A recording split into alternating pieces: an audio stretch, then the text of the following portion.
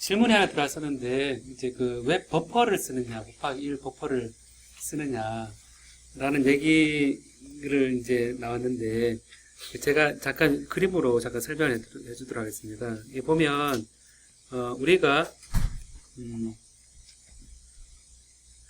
이 버퍼라는 거는 그림을 표현할 때 이렇게 플러스 1, 이렇게 1로 저렇게 하기도 하고, 아니면 이렇게 마이너스 플러스해서 이렇게 연결해 준 거, 이렇게 표현하기도 하거든요. 여기 이래 들어오는데 V인이 이래 되는데, 지금 보면 여기에 우리가 출력 전압 얘를 재는데 버퍼가 딱 들어가면 어떤 일이 생기냐면, V인이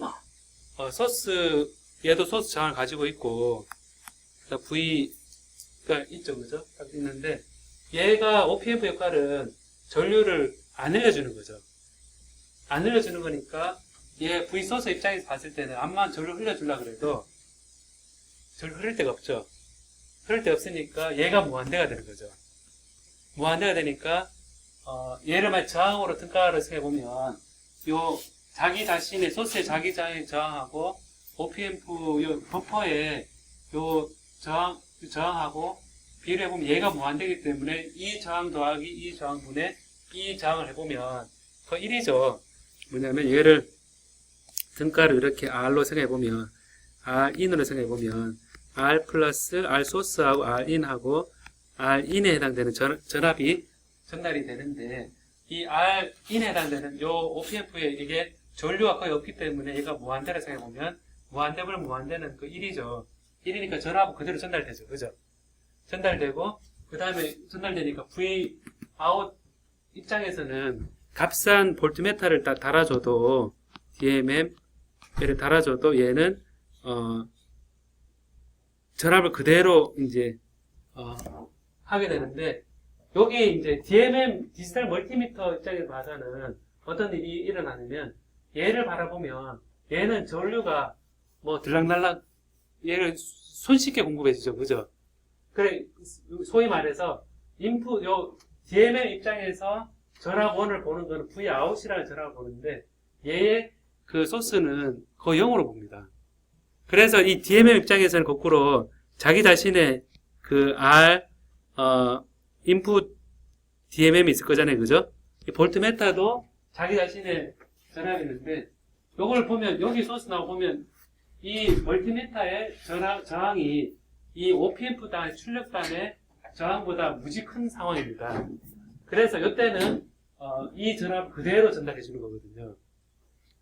근데 이거를 만약에, 이 버퍼가 없는 상태에서 얘가 그대로 전달되잖아요. 이렇게.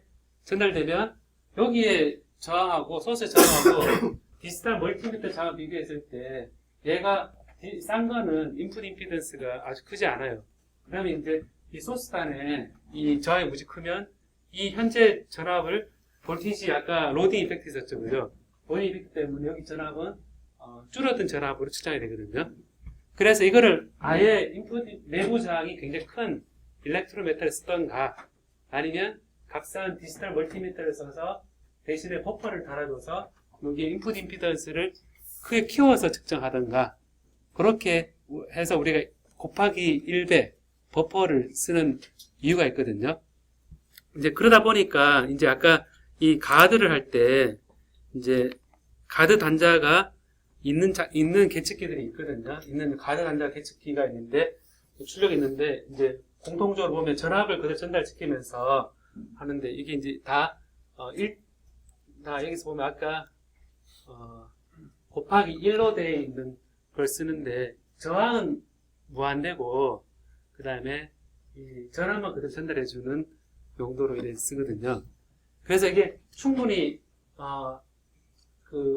로우 인풋 임피던스가 되기 때문에 끝에는 여기 이 쉘에서 그라운드 시켜줄 전류는 얘가 충분히 공급해줄 수 있다라고 표현한 거거든요. 그래서 곱하기 1배의 버퍼를 이제 쓰는데, 이런 굉장히 좋은 OPMP는 인풋 단자도 FET 단자로 되어 있거든요. MOSFET, FET 단자로 인풋이 들어가서 전압을 재게 되어 있습니다. 그러니까 OPMP 자체도 여러분 그 OPMP 회로가 있으면 그게 BJT로 구성할 수도 있고 FET로 구성할 수도 있거든요.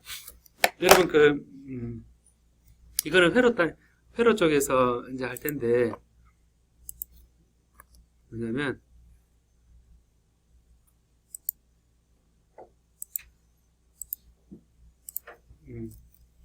OPMP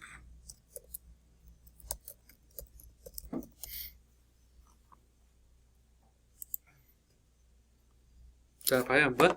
여기 이제 OPMP 보통 우리 회로 또 이런 거 얘기할 때, 플러스, 마이너스 인풋, 플러스 인풋 돼 있잖아요, 그죠? 되는데, 여기 지금 BJT로 돼 있죠? 그죠? 요 BJT로 회로를 구성하고 있는데, 입력단이, FET 입력단이 OPMP들이 있거든요. 그래서 이제,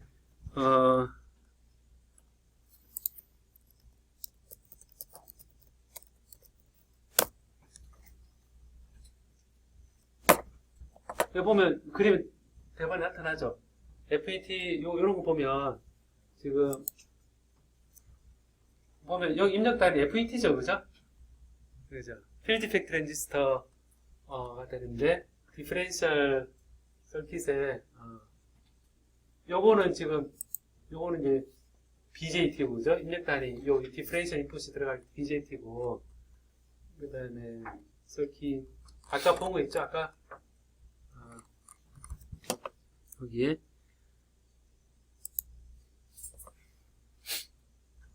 JFET 인풋 앰플리파이어 돼 있고 JFET 인풋 정션 필드 이펙트 트랜지스터 그 다음에 MOSFET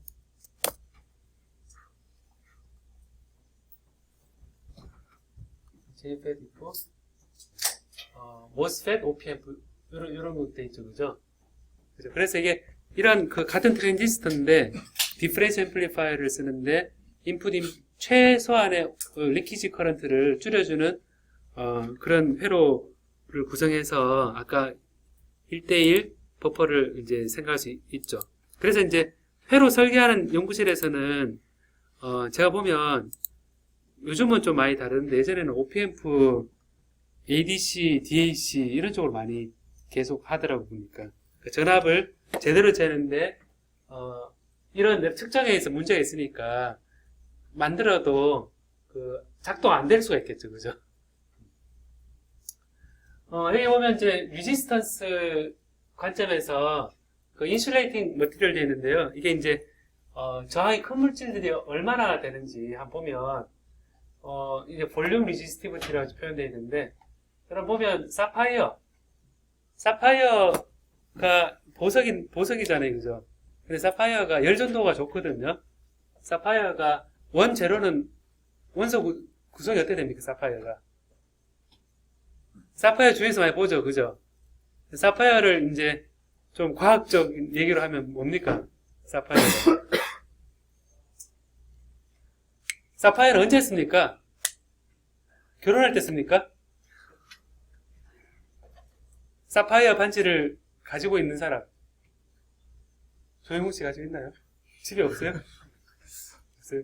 근데 이걸 주면서, 프로포즈를 하면서 주면서, 이게 그 귀중한 도핑된 AL2O3, 반지야, 그래서 주면, 기분이 어떨 것 같아요? 사파이어를 주는 거하고 AL2O3를 준다고 생각해 주면, 느낌이 다르죠, 그죠? 이 사파이어는 AL2O3입니다. 알루미늄 옥사이드입니다. 그러니까 알루미늄 옥사이드인데 이제 굉장히 결정체가 있고 안에 색깔을 내는 우리가 K 센터라 그러는데 디펙이 들어있어서 그 색깔을 영롱한 빛을 내죠. 기본은 AL2O3입니다. 그 다음에 이제 메탈 옥사이드인 거죠. 테플론은 여러분 연구실에서 많이 쓰죠, 그죠? 하얀 테이프를 가끔 하다가 배선하다가 납땜하거나 좀 감기도 하잖아요, 그죠? 그런 하얀 PTF 폴리머입니다. PTF 폴리머고 폴리에틸렌, 폴리스타일렌, 그 다음에 세라믹, 나일론, 글래스 에폭시, PVC 되어 있는데 여러분 보면 지금 저항의 정도가 10의 18성보다 크다, 10의 13성보다 크다 되어 있는데 보면 오더가 되게 차이가 많이 나죠. 그죠? 그래, 배설하고 나서, 나는 주위에 보니까 테플론을 감았다. 한 거하고, 위에, 테플론 감은 거하고, 밑에 에폭시가 뭡니까, 여러분? 접착제죠, 그죠? 접착제 A 플러스 B는 접착제를 이래 주사기 접착제 부어가지고 절연도 하죠, 그죠? 절연하기도 하는데, 할 때 편리해서 하긴 하지만, 테플론보다는 많이 나쁘죠, 그죠? 글래스 에폭시 12, 13성 되니까 절연 저항이 위에 게 예를 들어서 테라옴이면 얘는 똑같은 상황에서 뭐 한 10기가옴, 뭐 예를 들면 100메가옴 그 정도 떨어질 수도 있는 거죠. 그래서 모든 절연체가 다 똑같은 절연체가 아니다 라는 거 하고, 그래 보면 이 절연체 저항이 보면 물의 흡수에 대해서 리지스턴스가 있냐 없냐 딱 돼 있죠, 그죠? 그럼 여기 보면 플러스로 돼 있는 것은 material very good 돼 있고 이제 돼 있는데, 물이 많은 그런 상황이 있는데, 그 일반 대기 중이죠, 그죠? 일반 대기 중에서는 물이 많으면 뭐 축적을 그러면 사파이어 같은 경우는 괜찮습니다. 이렇게 괜찮고, 또 괜찮은 게 더 비싸요, 그죠? 예, 비싸고, 테플론도 물에 있으면 괜찮고 폴리머니까. 근데 이제 세라믹이나 나일론, 글래스 에폭시는 물이 있는 영역에서는 굉장히 나빠지죠, 절연 저항이. 그럼 비 오는 날 측정하면 그 측정 저항이 많이 엉뚱한 데 많이 흘러가겠죠, 그죠? 그래서 날씨에 따라서 측정이 다를 수 있는 거죠. 우기에 측정하는 거, 그리고 이제 적도 지방에 재는 거, 뭐 이런 다를 겁니다. PVC는 괜찮고, 그 다음에 좀 이따 얘기할 건데요. 피에조 일렉트릭 이펙트, 트리보 일렉트릭 이펙트, 다이엘렉트릭 옵섭션 되어 있는데, 피에조 일렉트릭 이펙트는 뭐겠습니까, 여러분? 피에조 일렉트릭 이펙트는 피에조 효과가 이게 그 고체가 압축되거나 늘어날 때 전압이 생기는 거죠, 그죠? 그럼 이거를 압축되거나 늘어날 때 생기는 거는 피에조 일렉트릭 효과가 큰 거는 이제 사파이어나 폴리에틸렌은 괜찮다는 거죠, 그죠? 그럼 이렇게 변형을 줘도 뭐 누르거나 아니면 뭐 때리거나 이래도 영향을 줘도 별로 영향이 없다는 겁니다. 근데 이제 테플론 같은 경우는 이 영향을 좀 받죠, 그죠? 받고, 트리블 일렉트릭 이펙트는 보면 이게 이제 마이너스 된 테플론이나 폴리스타이린이나 세라믹은 괜찮고 나일론은 나쁘고 이런 데 있는데, 이런 재료에 따라서 어떤 절연체를 쓰느냐, 어떤 인슐레이터를 쓰느냐, 어떤 기판을 쓰느냐에 따라서 많이 다른 겁니다. 그래서 우리가 회로도를 볼 때는 똑같아 보이는데, 얘를 어떻게 만드느냐에 따라서 누구는 만들면 작동하고 누구는 만들면 작동 안 하는 겁니다. 그러니까 이제 그 회로도에서는 다 똑같이 보이는데 재료를 뭐를 쓰느냐에 따라서 이게 작동하냐 안 하냐가 다 정의되는 거거든요.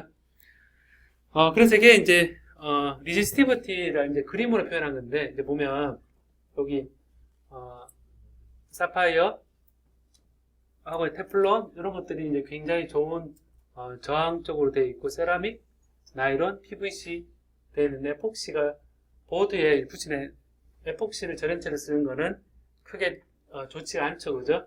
그 다음에 종이도 사실은 크게 습기를 머금을 수 있기 때문에 얘도 저항이 크지 않습니다. 그래서 인슐레이터보다는 오히려 인슐레이팅 머티리얼로 별로 좋지 않은 거죠.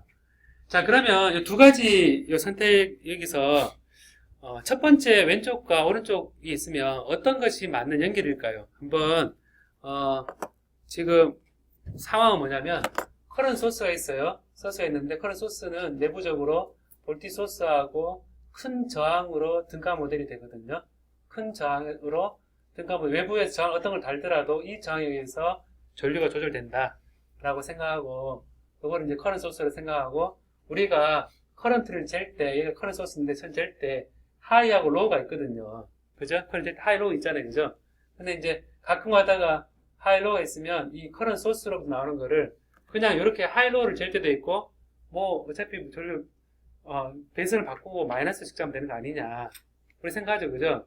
이렇게 해서, 요래 잴 때도 요래 재고, 플러스 마이너스 상관없다. 이런 생각을 많이 하는데, 이 왼쪽과 오른쪽에, 커넥션이 단지 이걸 바꾼 것밖에 안 돼요. 이제 배선을 바꾼 건데, 어느 것이 맞는 연결일지, 옆에 사람하고 3분간 토론합시다.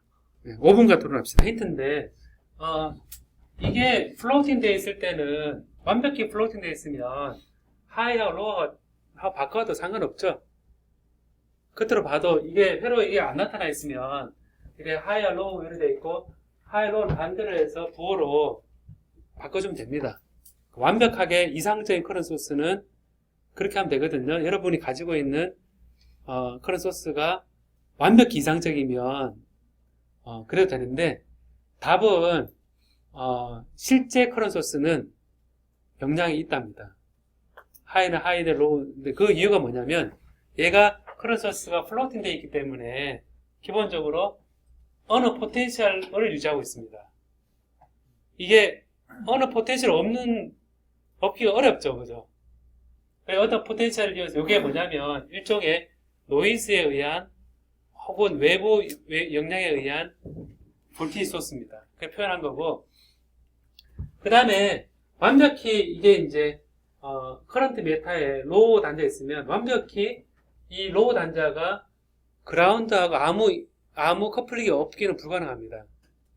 그래서 이 로우가 보통 우리가 그라운드를 생각하는데, 로우 단자 이것도 플로팅 되어 있거든요. 측정하는 쪽도 플로팅 되어 있고 플로팅 되어 있지만 회로적으로 그라운드하고 연결이 되어 있을 겁니다. 그죠? 연결되는데, 그래서 이 표현을 이렇게 로우 단자에 이렇게 커패시터로 연결돼서 그라운드로 연결되어 있다 라고 표현을 하거든요. 그래서 이 커런트 메타는 로우 단자에 이런 그라운드하고 플로팅 되어 있지만 버추얼 여기 커플링이 되어 있고, 이 커런트 소스는 완벽히 플로팅 되어 있는 게 아니라 일정 어느 정도의 노이즈, 이 외부 영향에 따라서 카먼 모드 볼티지 있죠? 제가 카먼 모드 볼티지라고 그랬는데, 카먼 모드의 볼티지가 있을 수 있다는 겁니다.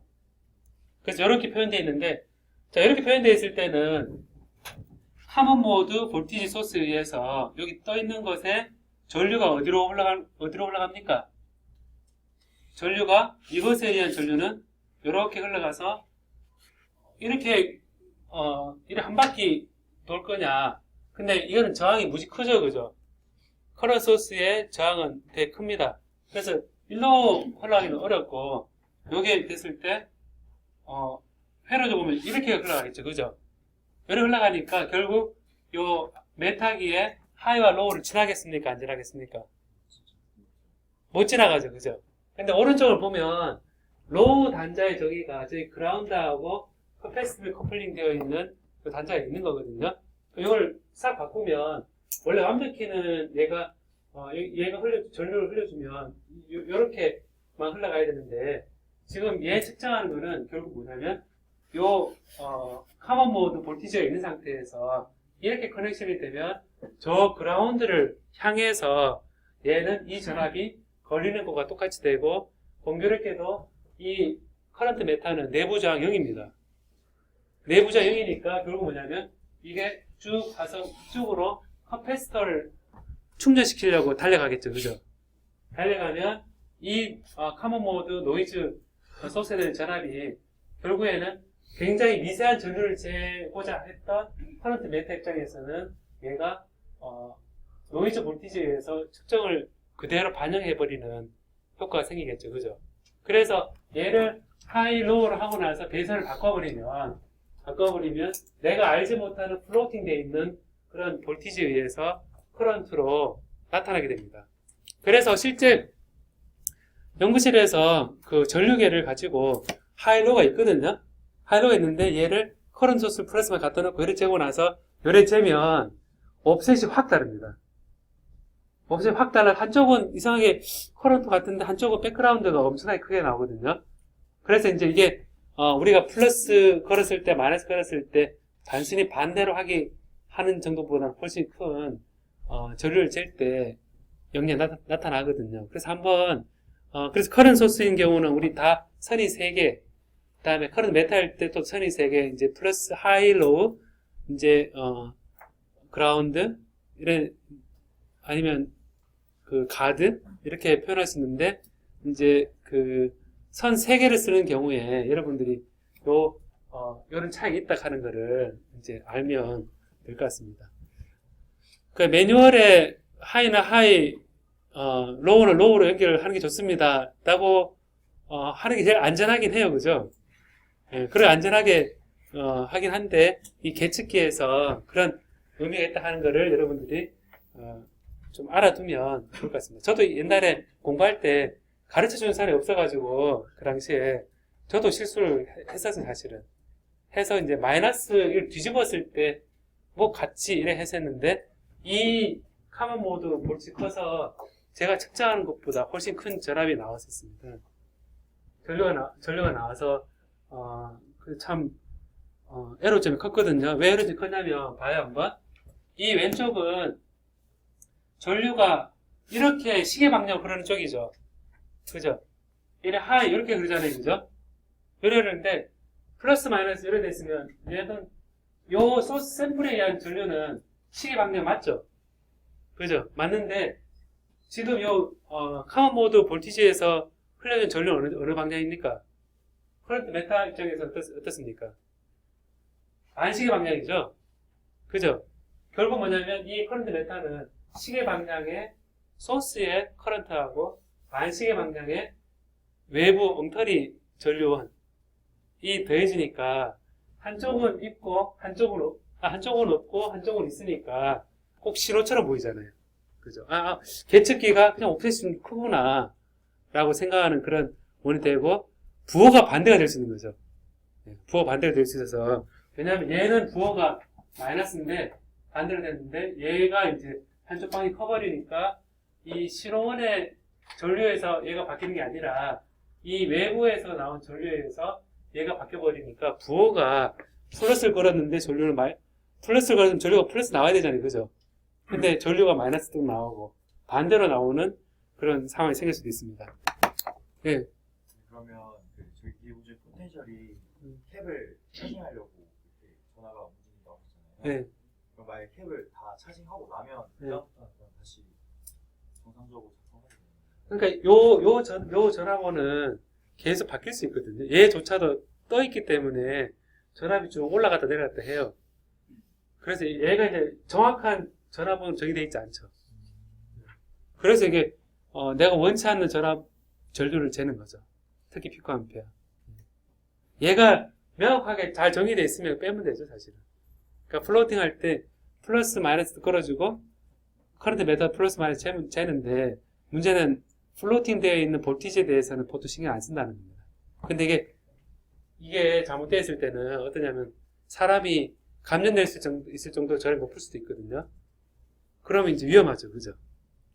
약간 가드 테크닉이란 게 그럴 수 있거든요.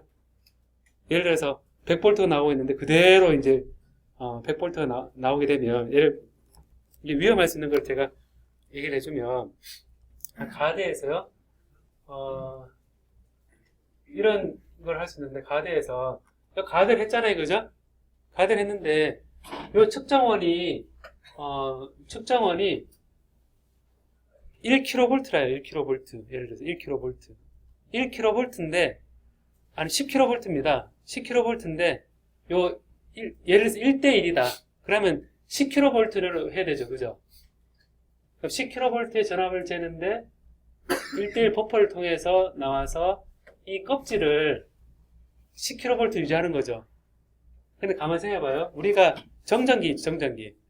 정전기 있으면 전압은 높죠. 전압은 높은 대신 차지가 별로 없죠. 거꾸로 얘기하면 소스의 임피던스가 굉장히 큰 거거든요. 커서 충분히 전류 공급을 못해요. 그래서 정전기인데도 전류를 공급 못하기 때문에 사람이 위험하지 않거든요. 조금 찌릿하고 바로 전압이 떨어져 버리니까 얘가 위험하지 않은데 이거를 이제 소스 저항이 큰 고전압의 소스가 이렇게 나왔어요. 나왔는데 버퍼를 해서 이렇게 딱 했는데 여기에 손을 딱 댔어요. 손을 딱 대는 순간 어떻게 되냐면 죽을 수 있겠죠. 왜 죽을 수 있냐면 정전기에 의해서 높은 전압 나온 거는 딱 되면 한번 디스차징 되면서 전압이 뚝 떨어져 버리거든요. 그라운드 돼 버리거든요. 근데 이거 1대1로 버퍼링해서 딱 하면 여기에 손을 대면 어떻게 되냐면 얘는 충분히 차지를 공급해 줄 수 있거든요. 충분히 전류를 공급해 줄 수 있기 때문에 전압을 계속 1kV를 유지하면서 전류를 공급할 수 있기 때문에 딱 떼면 그때는 감전되는 거예요. 무슨 얘기인지 알겠습니까? 그러니까 너무 극단적인 1kV를 얘기했지만 100V가 되더라도 똑같은 문제가 생기죠. 그죠? 여기 100V는 1기가옴에서 나오는 100V다. 그러면 제가 몸을 대면 1메가옴, 1메가옴, 제가 한번 이 소스가 1기가옴입니다. 1기가옴이고 100V라요. 근데 이제 제가 이거를 900메가옴이라고 해서 900메가옴. 900메가옴이고 100V가 나오고 있습니다. 그 저항이 충분히 커서 배터리를 치면 다 따라가는 배터리 생각하면 되겠죠. 그랬는데 제가 손을 딱 뗐어요. 100V인데 근데 손을 딱 뗐는데 제 몸이 한 100메가쯤 됩니다. 그럼 실제 걸리는 전압은 소스가 900메가고 제가 100메가니까 딱 되면 100V면 10V만 딱 걸리는 거죠. 그죠? 전압이 되는데 이게 이제 요 버퍼링에서 가들에서 오게 되면 100V면 그대로 100V 유지하고 있고 제가 딱 되면 전류를 충분히 공급할 수 있기 때문에 그대로 감전될 수 있거든요.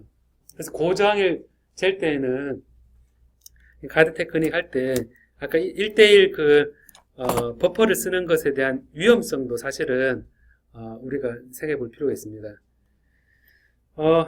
그래서 어떤 것이 맞는 연결일까 했을 때 오늘 이후부터는 이제 여러분들이 이제 그런 실수라기보다 그런 거를 염두에 두면 좋겠죠. 커런트를 많이 측정을 이제 많이 하기 때문에 그다음 몇 가지 예를 보면 저항이 작을 경우에는 이게 보통 보면 저항이 작을 때는 계측기를 커런트 소스를 쓰고 나노볼트 메탈을 쓰는 게 더 이제 신뢰성 있는 측정을 하는데 도움이 됩니다. 뭐냐면 소스의 저항이 작으면 제가 그 처음에 보여줄 때 터멀 볼티지를 생각해 보면 그 소스의 저항이 작으면 인풋 임피던스 작으면 이게 신뢰성 있는 영역이 늘어난다 그랬죠, 그죠? 왜냐면 소스에서 나오는 터멀 볼티지가 터멀 노이즈가 작아지기 때문에 이제 나노볼트 메탈을 써도 되거든요. 그럴 때는 커런트 소스를 쓰고 저항이 작은 경우에 대해서는 전압을 재는 방식이 좋습니다. 예를 들어서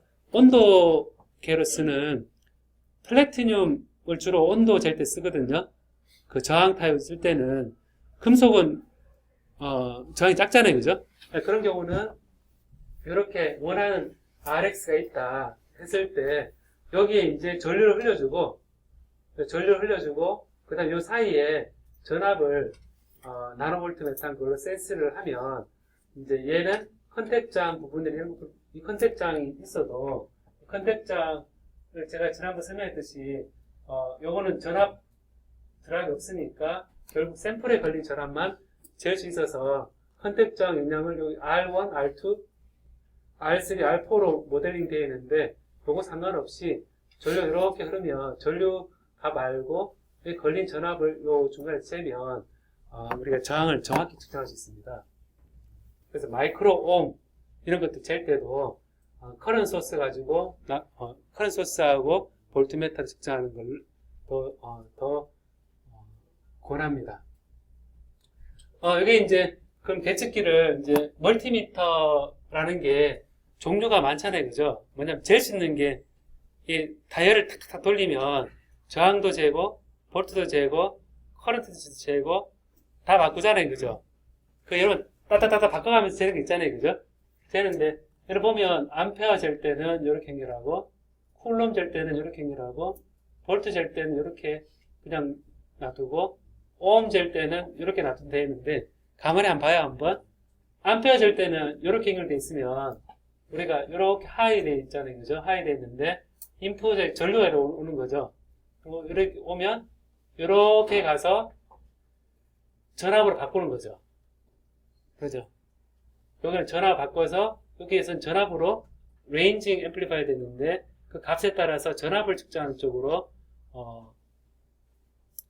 레인지를 바꿔줘서 아날로그 아웃풋으로 바꿔줍니다. 그래서 이 OPMP의 저항을 바꿔주는 거하고 쿨럼으로 해주는 거는 여기 전류가 쭉 이래오면 여기 차징을 해주겠죠, 그죠?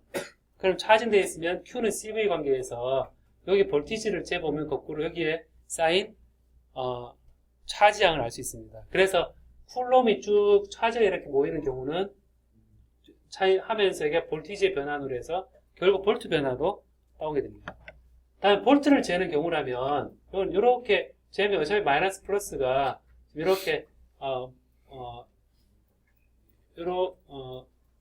볼트로 되어 있을 때는 지금 마이너스와 플러스가 이렇게 잠깐만요.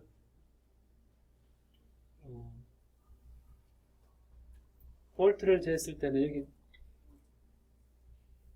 여기 연결이 돼야 될 것 같은데, 그죠? 버퍼 볼트가 오히려 애매하다, 그죠? 네, 볼트가 조금 애매하네요.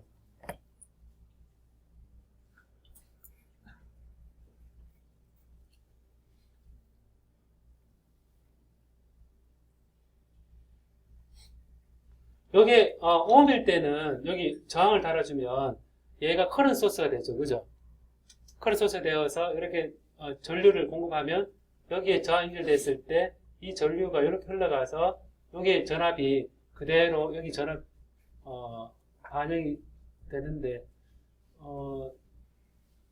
여기 요 전압이 여기 있네. 요 볼트하고 옴이 돼 있으면 여기 이렇게 연결되어 있으니까 잠깐만 이렇게 연결되어 있으니까 잠깐만요. 로우가 이렇게 가고 볼트, 옴, 로우가 연결이 되고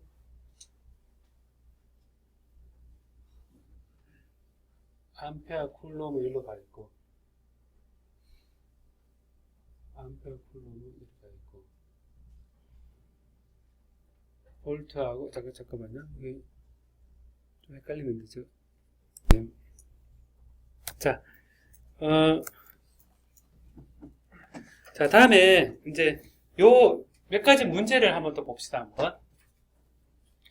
여러분, 미세먼지 같은 거 있죠, 미세먼지나 아니면 굴뚝에서 그 공장에서 굴뚝 나올 때 분진 있죠, 분진. 그런 거 할 때, 그 양을 측정하는 방법 중에 하나가 먼지가 날아다니면서, 차징된 상태에서 날아갑니다. 차징된 상태에서 이래 날아가서 이제 전류를 주거든요. 그래서 이런 이런 챔버가 있는데 이거는 다른 데지만 가스가 차 있는 곳에 여기에 전압을 걸어주면 일종의 형광등처럼 전류가 흐릅니다, 이렇게. 그리고 우주선이 날아와서 얘를 이온화 시켜버리면, 가스를 이온화 시키면 걔도 전류를 줘서 얼마만큼 그 방사선이 있는지 그런 측정 장치도 이런 텅 빈 공간에 전압을 걸어주면 그 전류로부터 우리가 알 수 있는 것들이 있거든요. 그리고 절연체도 기체가 아닌 일반 절연체도 얘가 우주선 방사선을 조이면 결함이 생기면서 그게 이온들이 움직일 수 있는 인슐레이션 자격이 나빠지거든요. 우주에 나가면 삼성 메모리가 작동할까요? 조영우 씨 작동할까요? 왜 안 할 것 같은데요?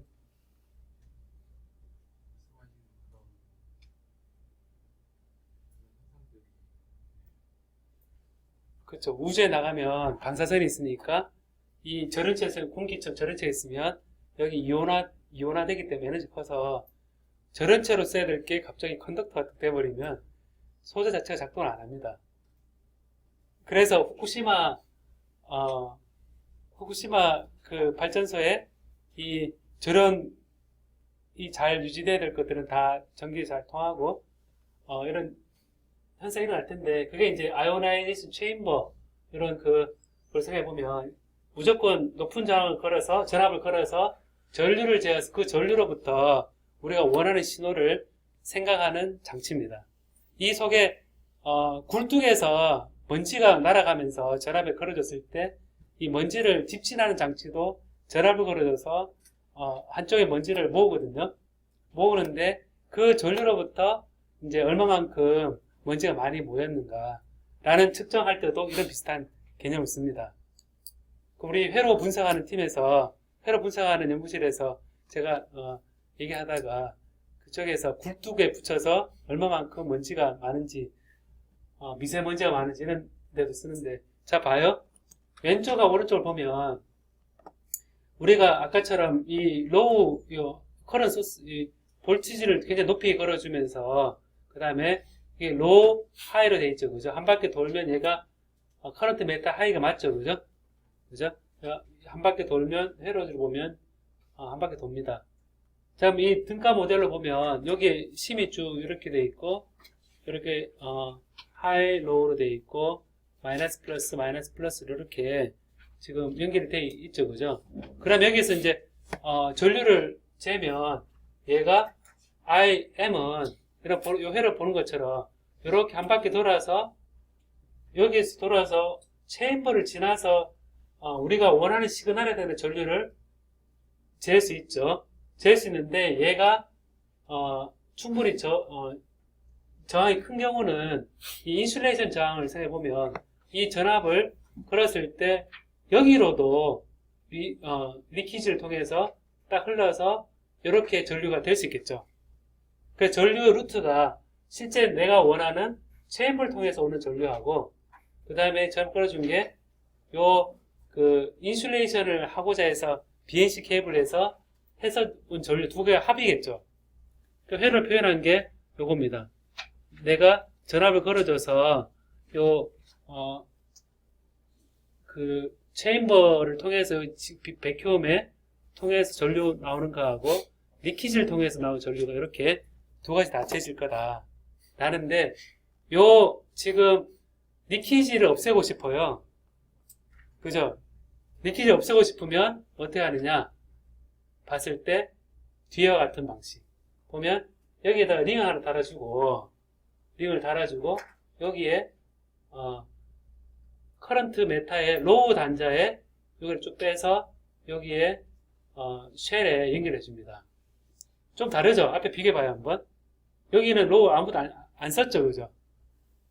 안 썼는데 얘를 딱 이렇게 해주면서 이렇게 해주고 여기에 가드 링이라 그러는데 요거를 요 바깥에 쉘하고 여기를 감싸줍니다. 그러면 이 볼티 소스는 이렇게 가서 쭉 가서 여기는 다 로우잖아요, 그죠? 다 로우인데 이렇게 가는데 이걸 회로로 바꿔보면 여기 리키지는 그대로 여기 연결되어 있고 요 링하고 요 링을 이제 신호선하고 사이에 리키지로 표현한 거죠. 로우를 연결해주면 가드선이 됐다 그러면 이 마이너스 입장에서는 이 전압 입장에서는 여기하고 여기에 이제 리키지를 RL2로 모델링 되어 있는데 그럼 전압을 걸어주면 여기 전류가 내부로 흐르는 게 있고 쭉 가서 여기를 통해서 전류가 흐르겠죠, 그죠? 근데 보면 RL1은 커런트 메타 하이 로우가 있으면 커런트 메타의 하이 로우는 사이는 임피던스가 낮잖아요, 그죠? 커런트 메타의 이상체 커런트 메타는 저항이 0인 거거든요. 그러니까 결국 뭐냐면 이 하이와 로우가 등전이면입니다, 거의. 등전이면이니까 결국 뭐냐면 이 L1은 요 가드링하고 요 부분은 거의 등전이면이니까 요 사이에 전류가 흐를 수 없죠. 그죠? 여기로 흘러가는 전류가 없어지는 겁니다. 그러니까 이제 요 전압에 의해서, 이 전압에 의해서 요 컬렉트 되는 전류가 그대로 흘러가기 때문에 요 배선만 딱 해주면 리키지에 의한 전류를 없앨 수가 있겠죠. 그러니까 요런 것들을 한번 생각해 보고요. 다음에 이제 이런 경우를 생각해 봅시다. 우리가 전압을 걸어주고 전류를 재는 거, 고저항을 재는데 항상 이런 메탈 쉴드 되어 있는 그런 박스 속에서 잴 때가 많은데 여기 보면 요 저항을 해주는데 뭐 게이트 전극이라든지 아니면 요 메탈 온도를 맞춰주기 위해서 요 배선을 그냥 판때기 이렇게 해놓은 거죠, 그죠? 여기 했는데 여기에 이제 메탈 마운팅 플레이트 되어 있는데 금속으로 어떤 거를 올려놓고 위에다 절연체 올려놓은 상태에서 샘플을 올려놓고 배선을 했습니다. 그러면 전압을 걸어주고 열에 전류를 흘려주면 바깥에 전류 메탈을 달아놨잖아요. 그죠?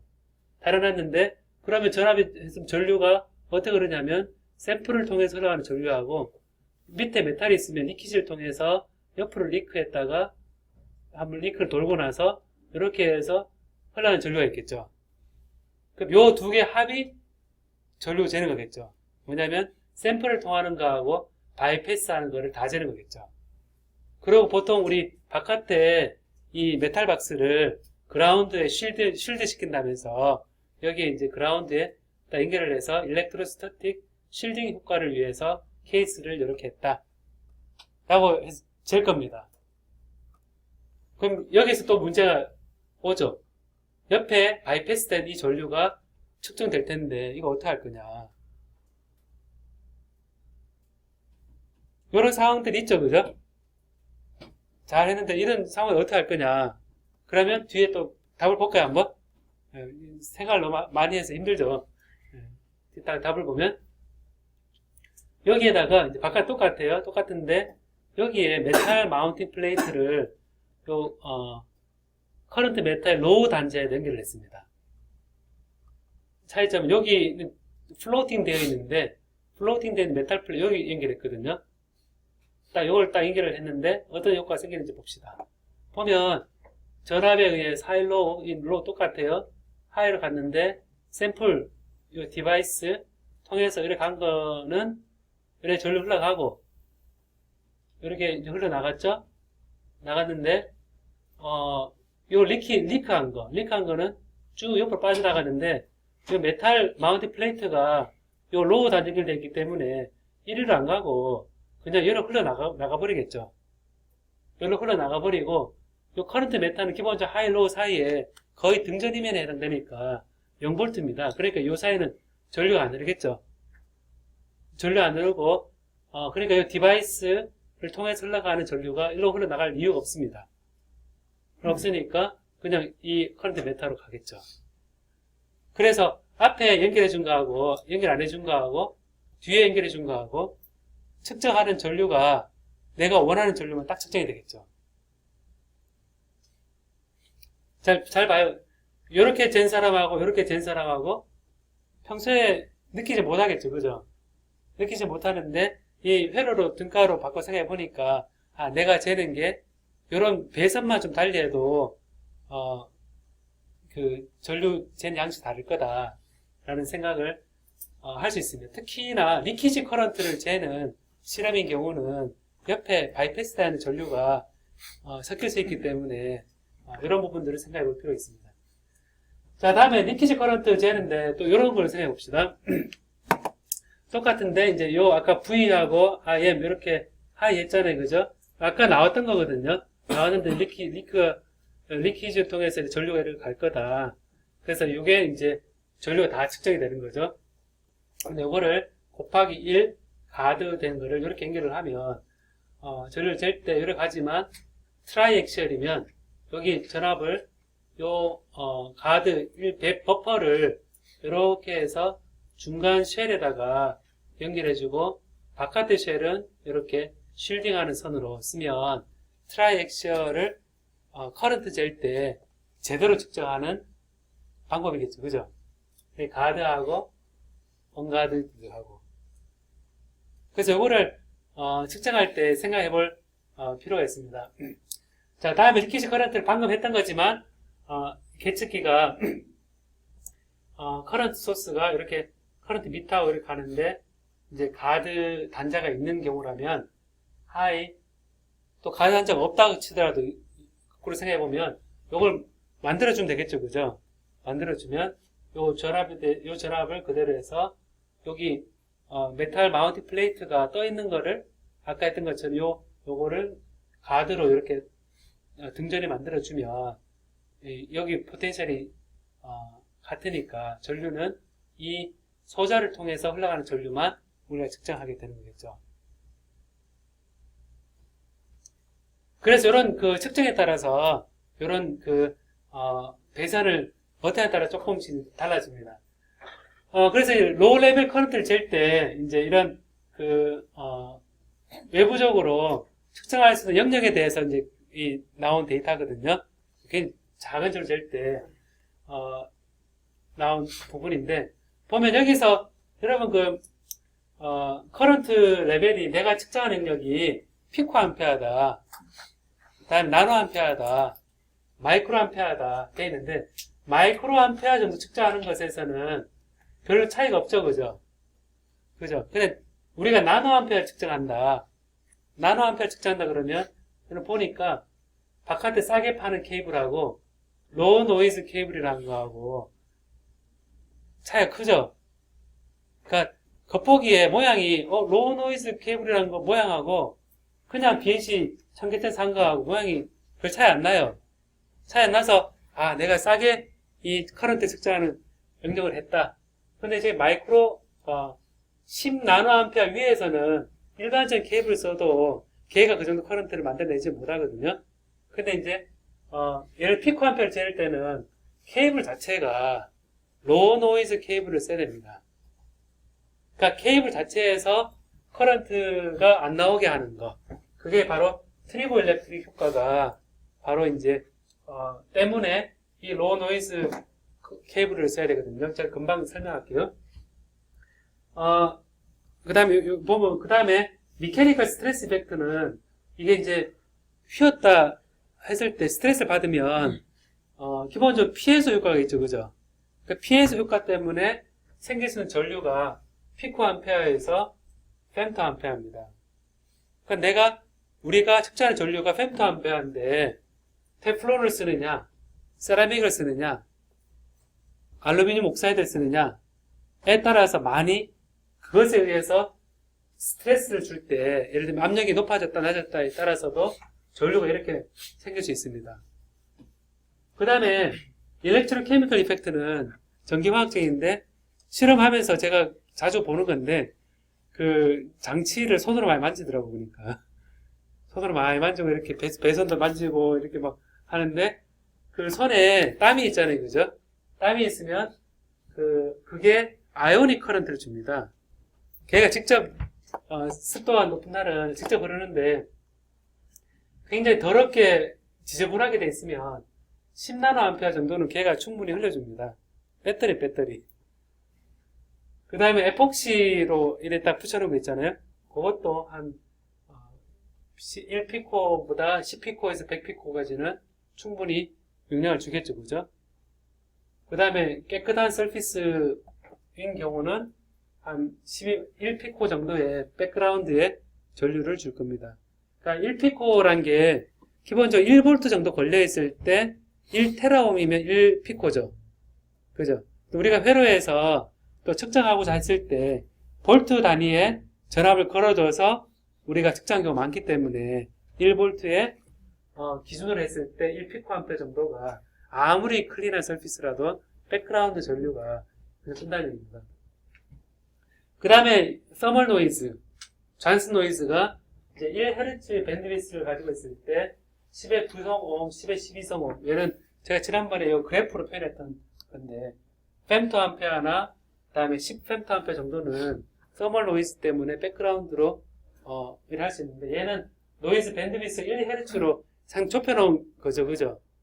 좁혀놨는데 얘를 100Hz, 밴드위스를 100Hz면 바로 10배 팍 튀죠, 그죠?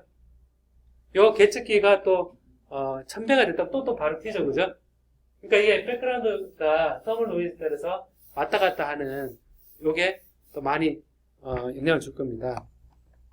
영향을 주고 그래서 요런 정도의 영향을 줘서 하나씩 잠깐 보면 꼭 돌아온다 보면 트리보 일렉트릭 이펙트는 여러분 보는 것처럼 인슐레이션 저항 있고 여기에 보면 재질이 여러 가지 있거든요. 속에 딱 잘라보면 투명한 것도 있고 바깥에는 까만 것도 있죠, 그죠? 잘라보면 있는데 얘를 이제 실험하다 보면 이렇게 막 내가 알게 모르게 이걸 막 휘게 하거든요. 휘게 하면 어떤 일이 생기냐면 이걸 휘면 내부하고 외부가 서로 마찰합니다. 이게 마찰을 해서 이 마찰에 따라서 우리가 머리를 이렇게 책받침으로 했을 때 차징되죠, 그죠? 마찰 전기. 그래서 케이블도 속에 재질이 다른 절연체가 안에 겹겹이 쌓였기 때문에 얘를 휘면 서로 미끄러지면서 약간씩 미끄러지면서 이 전압이 걸리면서 전류가 흐릅니다.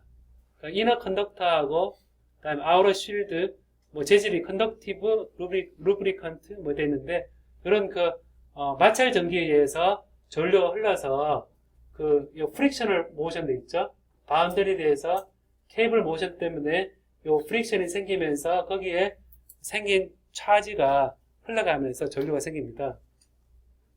그래서 로 노이즈 케이블이라는 것은 요 사이에다가 윤활제를 달아놓은 거죠. 그래서 서로 마찰 전기가 영향을 안 주도록 해놓은 겁니다. 그래서 이제 앞에서 요 트리블 일렉트릭 효과가 레벨이 어느 정도 되냐면 이 로 노이즈 케이블하고 일반 케이블하고 비교했을 때 몇 배 차이 납니까 대략? 한 10,000배는 차이 나죠. 전류 10의 4성 정도의 전류는 우습게도 이게 어떤 케이블을 쓰느냐에 따라서 많이 다릅니다. 그래서 이것도 가끔 연구실에서 질문하는 겁니다. 왜냐하면 겉보기에 똑같아 보이는데 왜 비싼 로노이즈 케이블을 쓰느냐, 옆에 전기차에 사와서 그게 만들면 되지 않느냐 그러는데 그런 경우는 이 재질에 관해서 잘 만들어진 그런 거겠죠. 그럼 예를 들어서 여러분 이거 만들어 팔 수도 있지 않을까요? 일반 BNC 케이블인데 로우 노이즈 케이블 이라 그래서 이런 재질을 잘 선택해서 값싸게 팔면 뭐 팔 수도 있겠죠, 그죠? 네.